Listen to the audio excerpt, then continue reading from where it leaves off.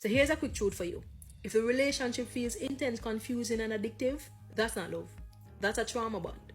If you don't know what a trauma bond is, it's when someone actually hurts you, then comforts you, and your brain confuses the pain with connection. It's when you're in pain and you just transform that to be love. Your nervous system learns, oh, chaos is equal to love. And that's why you miss them even though they've disrespected you.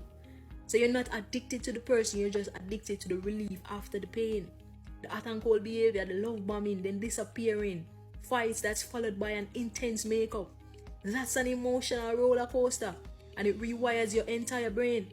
So one person feel anxious and obsessed while the other just feel powerful then empty.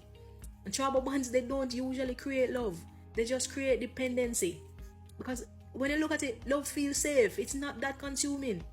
So if this hits you, save it. If it sounds like someone you know, share it and follow me. Because healing starts with understanding what you're actually going through.